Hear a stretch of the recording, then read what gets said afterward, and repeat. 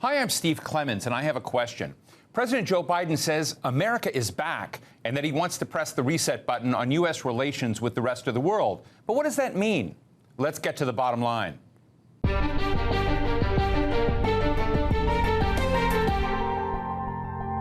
Joe Biden campaigned on promises to destroy the pandemic, create jobs, and tackle the systemic racism that's baked into America's collective psyche. Judging by the flurry of executive orders Biden has signed in his first few weeks, he's focusing on his domestic challenges. But he's also going international, too. So after a break, the U.S. is back in the Paris Climate Accords, back in the World Health Organization, and trying to get back into the UN Human Rights Council. Last week, Joe Biden spoke at the State Department to make the point that diplomacy is back, that Washington wants to work with other nations to solve big problems and to pursue America's core interests. He talked about Russia's attempts to undermine American democracy, how he'll need strong alliances to face the rising power of China, how he'd like the United States to accept more refugees, and how he'd like to see an end to wars like that we have in Yemen right now, which has been going on for more than 6 years. Some of the things that he left out of that speech are interesting, too, like relations with Iran or what kind of future he sees for Palestinians and Israelis. Today, we're talking with someone who can help us make sense of it all.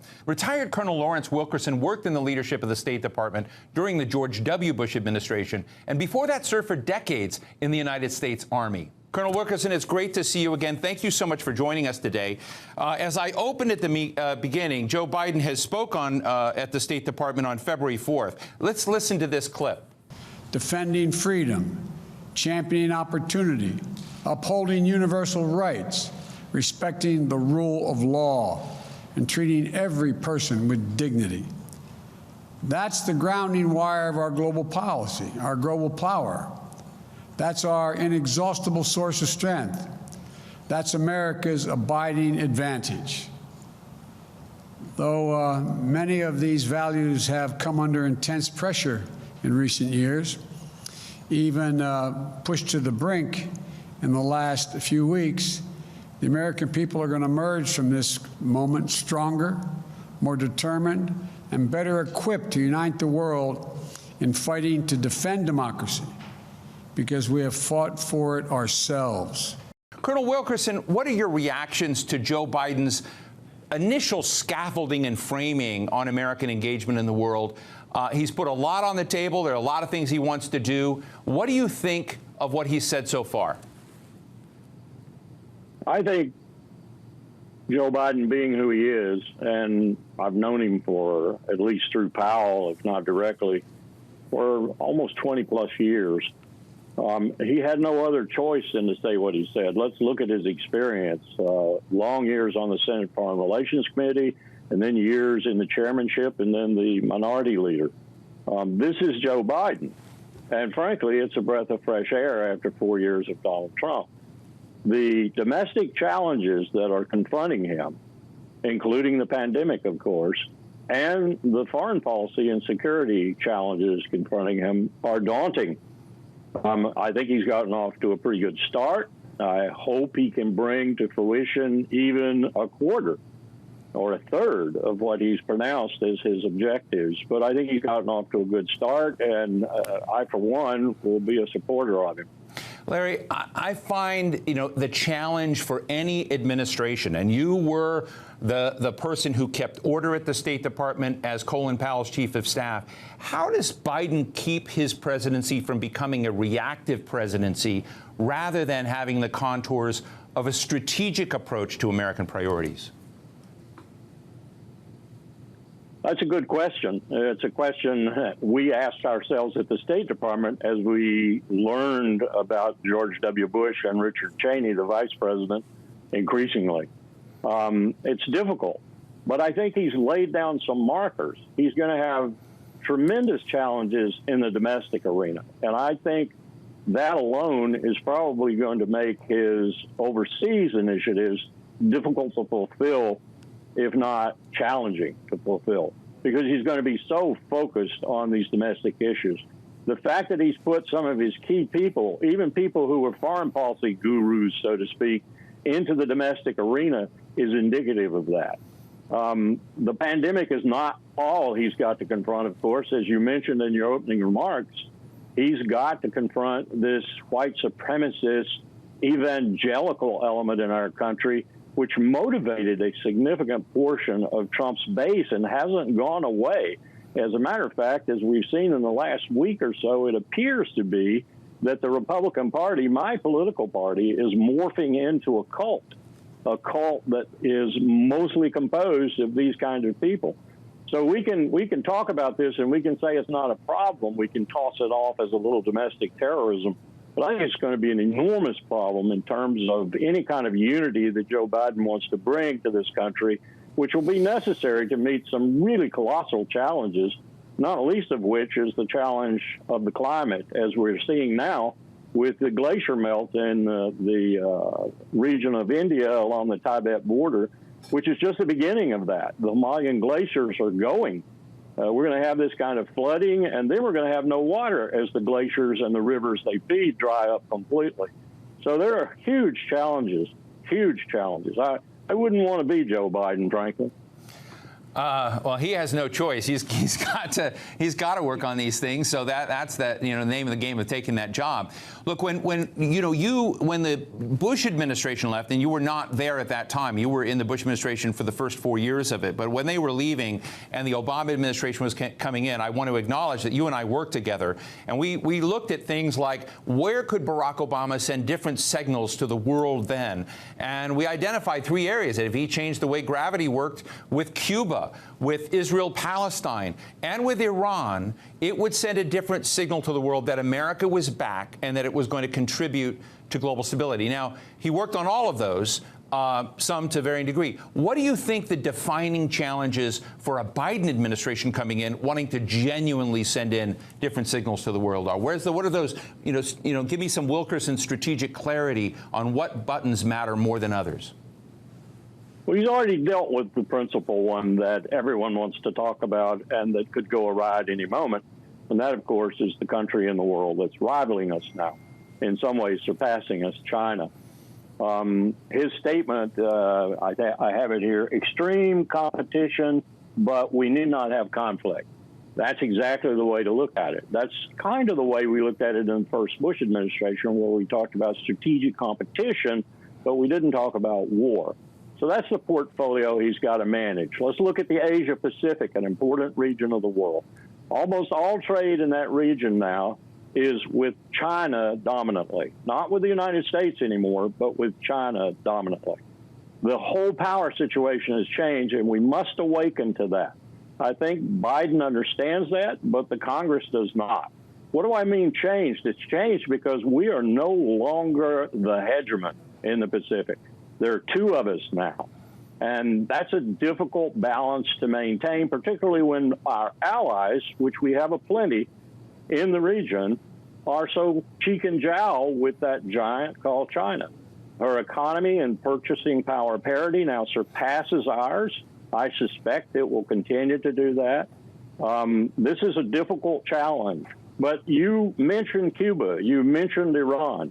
These are places where he can pick up some perhaps low-hanging fruit, certainly with Cuba. Just get back to the point where President Obama was in effecting some sort of rapprochement with that island. And with Iran, he's already said he wants to re-enter the JCPOA. Now, Pompeo and Trump left some landmines, a significant landmine in the intricacy and complexity of the sanctions that they put on Iran. They sanctioned the knees of the red ants and the locusts in Iran. So it's going to be extreme. I know something about this. I work with OFAC. You unwind American sanctions with great difficulty, especially when they're so intricate as Pompeo and others left them. So those are some low-hanging fruit areas, but they're not that easy to accomplish. And the Iranians have already said sanctions relief is going to be their quid pro quo for reentering the agreement fully and going along with the parameters thereof. So, yes, there's some things out there he can do.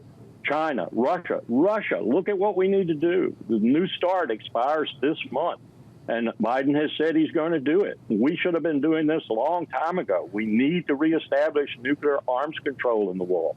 We've let it become a tattered regime.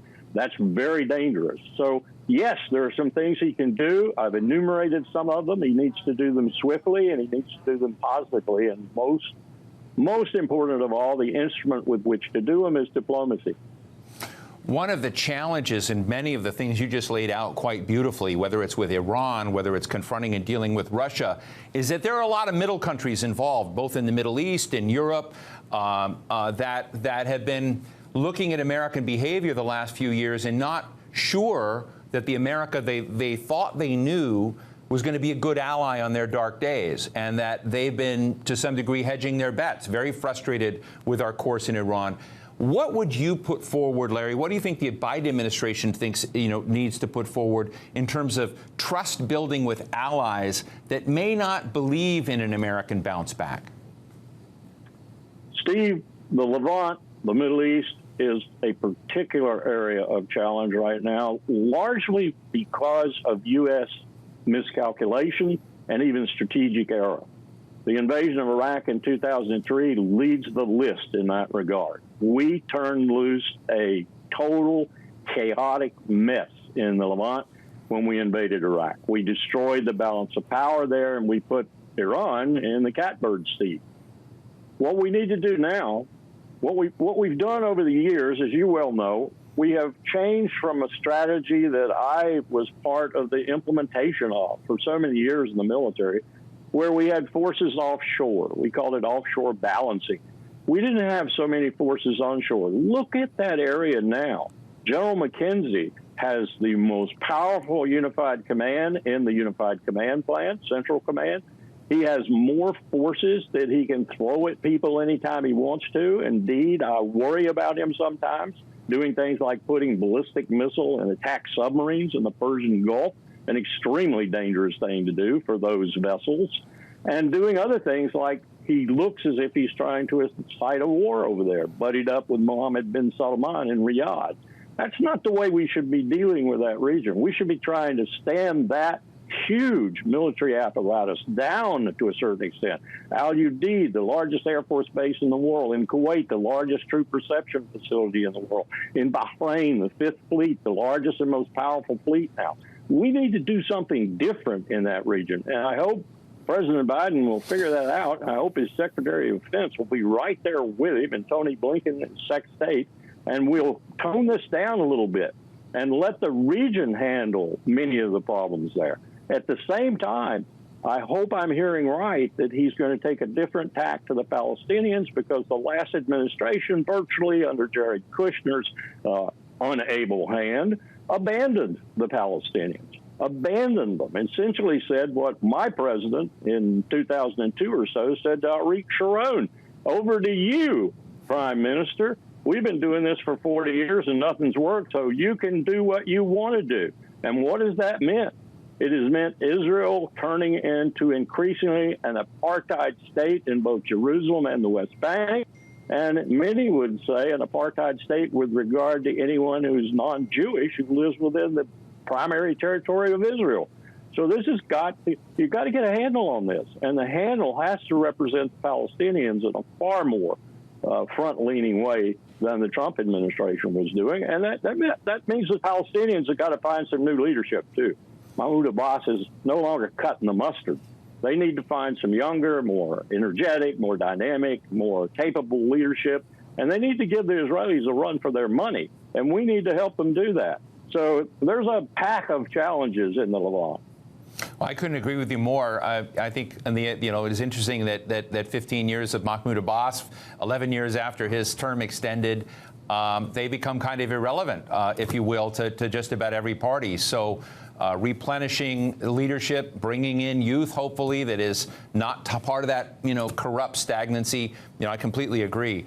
But Larry, let me ask you to go a little bit deeper on Iran and Saudi Arabia for a minute. So with regards to Iran, there are elections coming up there, too. And as in any nation, there is a struggle between hardliners and reformers. That seems to be in every country in the world. So what we do now will play into that. With Saudi Arabia, we have intelligence estimates that said that Mohammed bin Salman likely gave the order to have Jamal Khashoggi killed. We've just cut off arms sales and supplies to Saudi for the continuation of the Yemen war. So things are going to shift there. Neither party is one that we're particularly comfortable with, to say the least. How does America get its interests right in that situation? I think I heard you say we ought to step back and let them solve the problem, but are they so important that we just can't withdraw? I take the importance of the relationship with Saudi Arabia seriously. In the military, that was part of my portfolio for a long time at U.S. Pacific Command. I take the relationship with Little Sparta, the UAE, and others, and Qatar and others, very seriously too. The GCC was always a very tentative organization and fought amongst itself more than it was an alliance. But I have to say that it hasn't worked, what we've done up to this point. It's not worked in any serious way. Now, let me back up and say one of the reasons it hasn't worked lately is because we made such a mess in 2003 with the invasion of Iraq. But that said, that mess needs to be cleaned up as best it can. And the way you do that is you get Saudi Arabia and its allies on that side of the Gulf, if you will, and Iran, and you get them to talking. You get them to understanding that it is in their best interest and in the stability interest of the region to get them together and not to be so confrontational. The only reason the Saudis think they can be confrontational in a serious sense, and especially Mohammed bin Salman, is because they got the United States backing them. They got the superpower backing them. They got $80 billion in arms sales and so forth. Yesterday, I spent some time with the French Committee on National Legislation trying to help them write a letter to President Biden, and they've done a magnificent job of it. And I hope that letter is headed for the White House right now. And it details the things that he ought to fill in the somewhat ambiguous policy statement he made with regard to getting the Saudis to stop the war in Yemen. That's an important ingredient to all of this that I'm saying. We need to stop that brutal conflict. And pulling the United States out of support, all military support for the Saudis in terms of offense, and that needs to be defined comprehensively and broadly, not narrowly like the Pentagon likes to do usually, is a first step. You have to get that conflict stopped, and then you have to get Tehran and Riyadh talking to one another and all the rest in the group too. And you have to get them convinced that the best way to bring peace and stability and ultimately prosperity to that region is for them to stop this constant fighting and this grudge bearing that they have and get to doing things that help all of them at the same time. The COVID-19 pandemic is a case in point. Iran, because of our sanctions, is hurting right now, really hurting. It was unconscionable what Pompeo was doing in terms of using humanitarian reasons to sanction Iran. Just unconscionable. They couldn't even get masks and basic ingredients, the PPE you need for COVID-19. They couldn't get any of this stuff. We need to stop that too. We need to take a different approach to the region, Steve, and the approach needs to be more balanced. It needs to be more diplomatic than military, and it needs to be as holding people's hands as they negotiate their own agreements rather than our trying to compel them to it by dropping bombs on their territory. That's been our policy for the last 20 years or so. Let us bomb you a little bit and we'll fix you. That doesn't work, and we've proved it. Colonel, we're talking to you in part today because of your deep knowledge of the State Department, but you also have deep knowledge of the Pentagon. I remember when Bill Clinton came into office, there was concerns about a gap between Bill Clinton and the Pentagon and whether the Pentagon would ultimately sabotage various Clinton initiatives. I remember the same thing when Barack Obama came in on whether the Pentagon was ultimately going to be a veto on some of the things Barack Obama was trying to do. And we know those struggles, they've been documented. As Joe Biden has come in, we also know from the past that there's been some ambivalence among, major leaders in the Pentagon. I mean, I just remember Afghanistan and others where you have generals that basically mocked Joe Biden when he was vice president. What is your sense? Does Joe Biden going to have a Pentagon under General Lloyd Austin, now Secretary Lloyd Austin, that is going to execute his policies, or are they going to become a constraint and a saboteur on Joe Biden's foreign policy course? That's a very good question, Steve. And let me back up just a second to one of your comments. The worst thing President Obama did in his second term, if not both terms, was the Libya operation. led into it by Hillary Clinton and Samantha Power and others. But I had a conversation with him in the White House, and he started the conversation with these words: "There is a bias in this town toward war." And then with Secretary Kerry right beside him, he began to talk about that in the way that it was, the era that it was. So the Pentagon was objecting to that. Bob Gates did not sign up to that war. So there is a possibility, and with Lloyd Austin there, and I think that's the reason Joe Biden wanted to put him there, there's a distinct possibility that the Pentagon will be more amenable to what President Biden wants to do than we might think otherwise.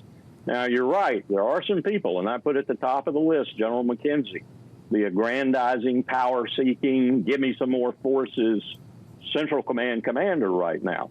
If I were Biden, and Austin, I'd be watching him really close. It looks to me like he wants to be another storming Norman, get himself another war that he can be famous in and his command can be the main participant of. So I wouldn't have anything to do with someone like that. And if Biden has to fire a few people, as, for example, you recall Dick Cheney did when he first came in as Secretary of Defense, then so be it.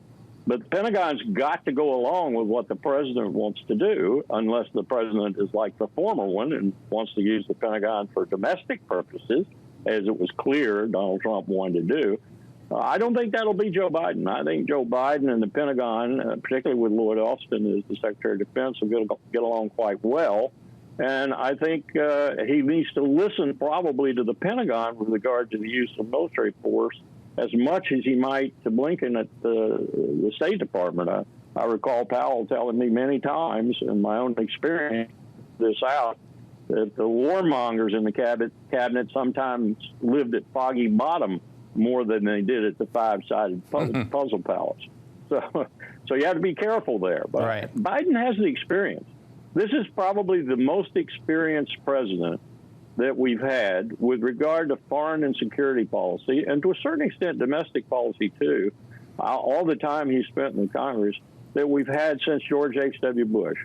And I think that is my teaching and my study has demonstrated to me, my students would probably verify this, the most important asset a president can bring to the White House in the beginning, and conversely, the most dangerous element, if he doesn't have it, is experience, knowing what he's doing from the get-go. Presidents learning on the job are dangerous. Well, Colonel Lawrence Wilkerson, former Chief of Staff of the Department of State, thanks so much for sharing your wisdom and thoughts and insights with us today. We really appreciate it. Thank you. Thank you, Steve, and best of health to you, and stay safe. So what's the bottom line? Joe Biden may say America is back, but this isn't a Disney movie. He can't just say abracadabra and like magic everything is fixed. The world's still trying to get over the weirdness of a superpower that said, screw you, with its America First narcissism for the last 4 years. Biden wants a lot of things, and many are good. He wants America to welcome more refugees, wants to elevate LGBTQ rights globally. He may enjoy a honeymoon phase of goodwill in some corners of the globe. But then it's going to get tough. He's going to be tested by friends and by foes. At least the world's problems won't be dealt with through tweets and sound bites from a president yelling over the sound of a helicopter. But in a messy world where trust in America's intentions and character are low, we just have to wonder, how much will he be able to pull off? And that's the bottom line.